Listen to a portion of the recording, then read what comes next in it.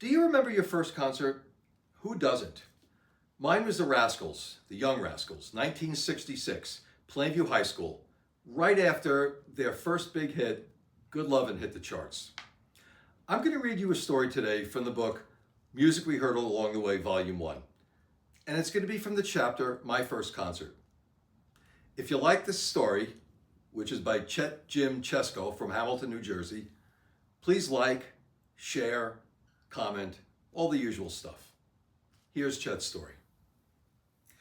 When talking with new friends who are fellow music lovers, one of my standard questions is, what was your first concert?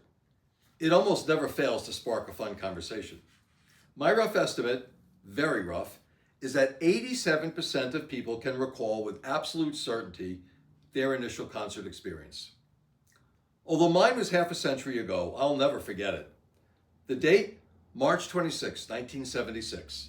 The venue, the State Farm Arena in Harrisburg, Pennsylvania. The band, Kiss.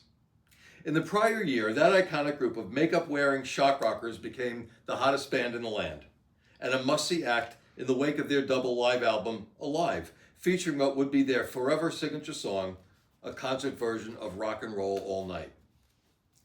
The original Kiss lineup included rhythm guitarist and vocalist Paul Stanley, bassist vocalist Gene Simmons, lead guitarist and vocalist Ace Frehley, and drummer vocalist Peter Criss. Simmons and Stanley put the band together, adding Criss and Frehley, in 1973 in New York City. Their 1975 concert performances ahead of the Alive album that autumn attracted legions of new fans, perhaps more so because of the stage shows than the music itself. The concerts featured fire-breathing and blood-spitting, both courtesy of the Demon Simmons, smoking guitars, played by the space band Frehley, a levitating drum kit, that of the Cat, Criss, and all sorts of pyrotechnics. Having worn out the grooves on Alive, and the band's second studio album, Hotter Than Hell, my buddy PJ and I decided we needed to see these guys if humanly possible. When we found out they were doing a show in Harrisburg, we followed through. We bought tickets, $6 each, really, and waited for March 26 to arrive.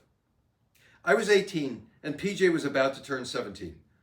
Both relatively new drivers. Neither of us had driven much outside of our hometown area in northeastern Pennsylvania, so we enlisted my 26-year-old sister Susie to drive us to Harrisburg, about an hour and 5 minutes southwest of our home. Side note, it was pretty nice of Susie to do that, driving a couple of goofy teenagers to a concert she would be attending, waiting 3+ hours outside the venue for the show to end, and then making the drive back home. Thanks, sis. One of the most memorable moments of that evening happened before we even got into the arena. As my sister drove us toward the entrance, there were over 20 people protesting the concert.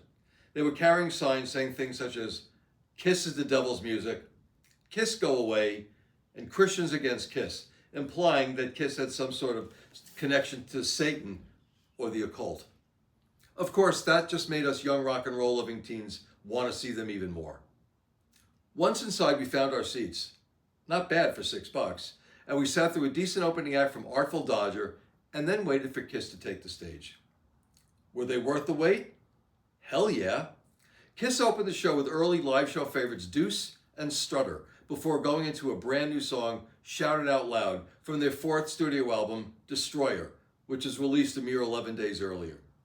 It was the only new tune they played that evening. They hadn't yet incorporated classic Destroyer tunes, God of Thunder or Beth, the hit ballad, into their live shows. As expected, the set list included other Kiss faves like Hotter Than Hell and Firehouse, and the typical encore tunes of that era, Rock and Roll All Night and Let Me Go Rock and Roll. All of that, plus the fire breathing, the light show, the pyrotechnics, and more. I would see Kiss an additional 4 times over the ensuing 43 years. Always a fun night. But you never forget your first Kiss. What was your first concert? Please comment in the section below.